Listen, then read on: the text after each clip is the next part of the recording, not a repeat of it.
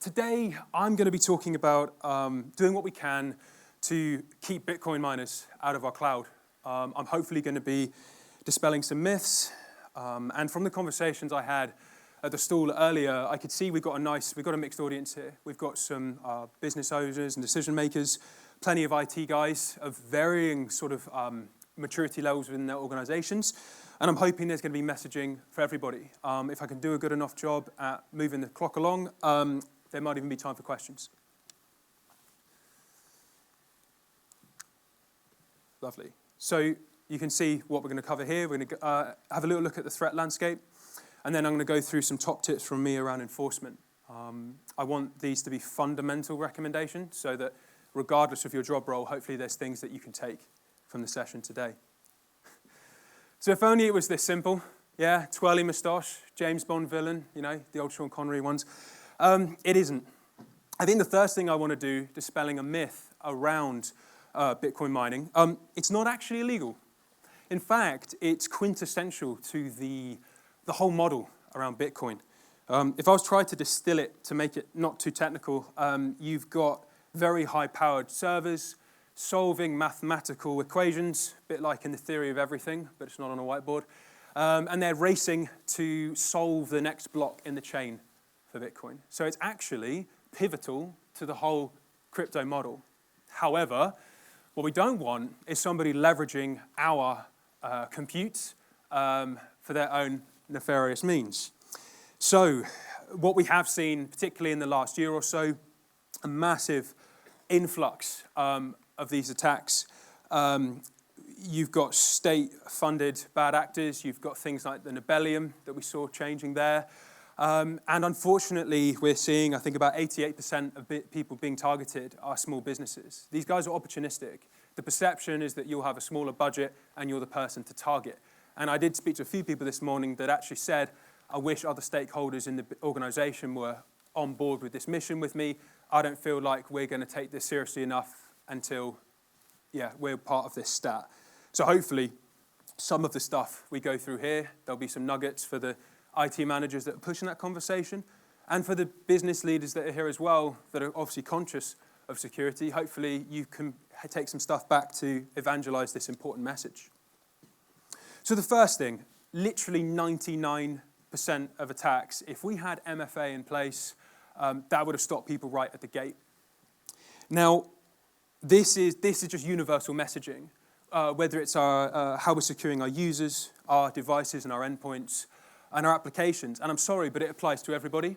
Yeah, there will be decision makers in here that don't want to have MFA on their Outlook, and I'm probably getting some wry grins that I can't quite see because of the light for the IT managers. But I'll flip that around. I've seen Azure breaches where IT managers and CTOs who had global admin rights on Azure didn't have MFA on their account. So I'm sorry it applies to all of you. And that's 99%. So we have to be cognizant of this. And if you're sick of people talking about it, we've just got to make sure we're doing it. So that's the first thing. I can't see you well, so I need some audio feedback. Who is doing some form of hybrid working at the moment? Oh, come on, you can be a bit louder than that. No, I'm joking. It's not a pantomime. Lovely, yeah. So, and that's one of the reasons why this presents a challenge. It's a great quality of life change for me. I can not while I'm standing here, but I can put the tumble dryer on while I'm working from home. But it's cold sweat inducing for the IT manager because there's so many more points of failure for us to be addressing. What we can see here is, look at that, over 99 days typically for organizations to realize they've had a breach. And I want to be fair about this. A lot of people don't have a SIEM tool in place because they're damn expensive. Yeah, if we're SMB or mid-market, that may not. The perception is that's not viable. But I do want to call out Azure Sentinel as an option that is pretty damn cost-effective. I've seen a lot of organizations using that. But it's key to have something in place there so that we can respond because it's taking so long. One of the reasons for that is alert fatigue. Yeah, we're dealing with so much more data day to day. I bought a new phone a month ago, and it blew my mind. It's got 500 gigs of internal storage. I like my music, so back in the day, it was the iPod Classic. It was the least pretty, but it had the 80 gigs of storage, so man knew what he wanted. But now, 500 gigs on a phone. And I'm probably one of the younger people in the room, but that blows my mind, so I hate to think what the people who grew up with Walkmans make of all that. we're dealing with more data, and if we map that to organizations, it's the same thing. We're so many different sources, so many different types of software and applications. It is a logistical headache. So we need something to sift through that data. And I'll show you why I think Microsoft is going to be a key part of that. And look at that, 58% of people worrying about the increased exposure to risks. I suspect that number's higher because more and more people are now remote working, and spending more and more time at home. What am I going to call out here? Well, malicious insider. So my favorite feature of Intune is the fact that you can wipe corporate data from a personal device. So if someone does part ways with the business, you can mitigate that risk straight away. And that's a good thing, because if we're using things like Azure Virtual Desktop or Intune for device management, we're now in a situation where we can really can have our users bringing their own devices to the workplace, because we can secure them from the identity level, and it's all going to be based on the virtual desktop. It gives the IT managers in here, which Excel tells me is about 70% of you, it gives you the control back, because now sanctioned apps, levels of conditional access, you get to decide, you call all of those shots, and it doesn't matter what device the person's using. Something I wanted to call out there, with data exfiltration as well, if we're using something like Sentinel, we're going to catch those sorts of ominous activity much quicker, and we can react to it faster. One of the reasons I think Microsoft is a larger player in this than we'd expect, like most of you, who's got Office 365 in here? Again, audio, please. Yeah, okay, I can actually see your hands, that's good.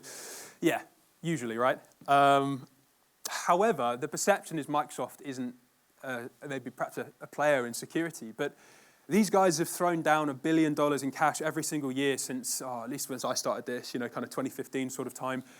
From last year, they've increased that commitment to $4 billion because they know that they need to really keep on top of the game to keep that platform safe. And what we see is you have 24 trillion daily signals coming in.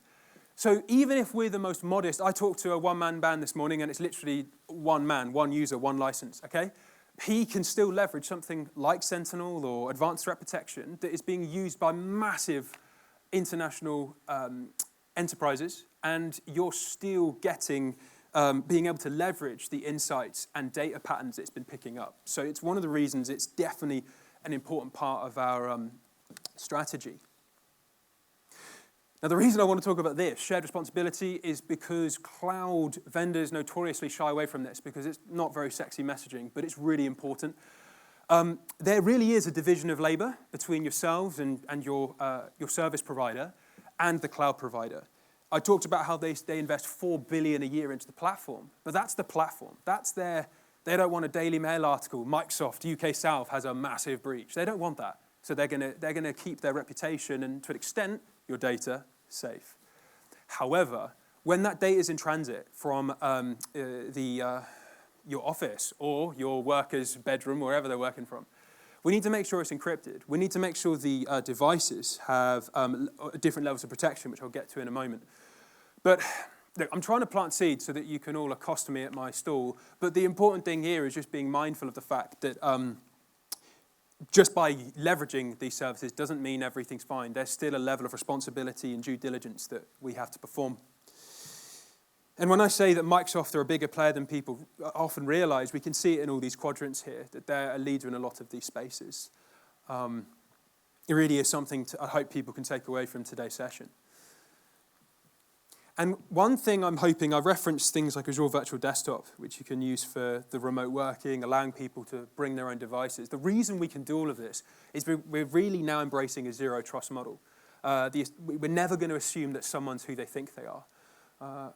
I remember, it was even a couple of years ago, I was trying to submit expenses in Lanzarote, and I got booted out of my account, and one of the support guys called me, because believe it or not, I don't usually work from Lanzarote, okay?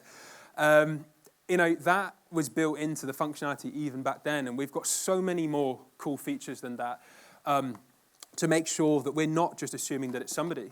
I bet all of you have got one or two people that will have left a laptop or a Surface on the train in the last year, right?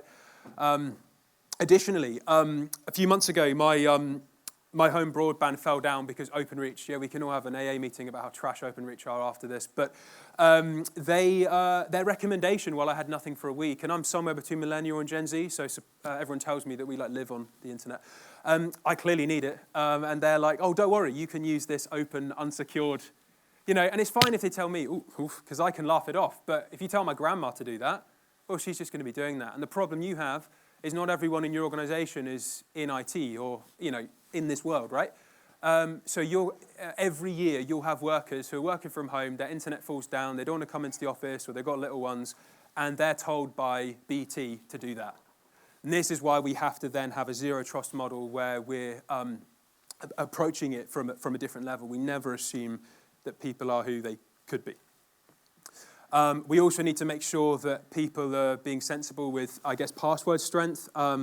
We can see there people typically only have 3 or 4 passwords, and to be honest, that's probably being generous. It's usually going to be one word and different number variations. We need to try and make sure. There are some really cool YouTube videos with different formulas and ways you can generate strong passwords, but it's probably something to look into if you're trying to foster a culture in the organization where people are taking this seriously. Just think about maybe fun ways or even incentives, and who knows, we'll talk about it at lunch. But it's definitely something that we can be doing. Another key thing, though, is levels of access. I made that comment about the global admin. So back on the thing I'm trying to solve with the crypto mining situations. Over the last 6 months or so, I've seen 6 high-profile breaches on the Azure platform where bad actors have got in and spun up a lot of resource in Japan or Brazil or whatever. And it almost sounds like, God, you're really not selling this cloud stuff to me, Dave. But the thing is, in every single situation, you had global admins in that portal that didn't have MFA. So what's my first recommendation? Have no more than 3 global admins. You don't need them. You don't have more than 5 people on your board, so why the hell have you got 100 global admins? It's like having a 100-person board meeting. That's the first thing. Second thing is you have over 100 different levels of roles. And it's the same with AWS or Google, if you're with one of them. There are so many different roles you can give users. So that's a second thing we should do. And that maps over to everything else we're doing. Give people just about enough access that they'll need to do their role and no more. And if we're looking at some of the other principles there with zero trust, when we're about assuming a breach, that's where mitigation tools like Sentinel would come into play. If we're thinking about device health as well, that's key. If we want to avoid things like device cloning, we've got to make sure that everything's up to date. I'll talk about that again in a bit of time. And then just-in-time access is really cool as well. If you've got sensitive documents or applications that you would only expect Timmy to access at 4 p.m. or whatever on a certain day, if he's trying to access it in Guam at 3 in the morning, your local time, probably prudent not to assume it's him, yeah? These are all things that we can do. And I suppose, dear, that my last slide I'll linger on before, if we have time for questions, is just 5 fundamental principles I hope we can all kind of think about. When I'm talking about strengthening our access control policies around MFA, we do want to make sure we also have conditional access enabled for all of our workers. Make sure we're embracing that zero trust model, which does take time. And one thing I would do is hold your damn MSP to account, whoever you're with. If you're not having this kind of dialogue with your partner right now, that should be a massive alarm bell, in my view.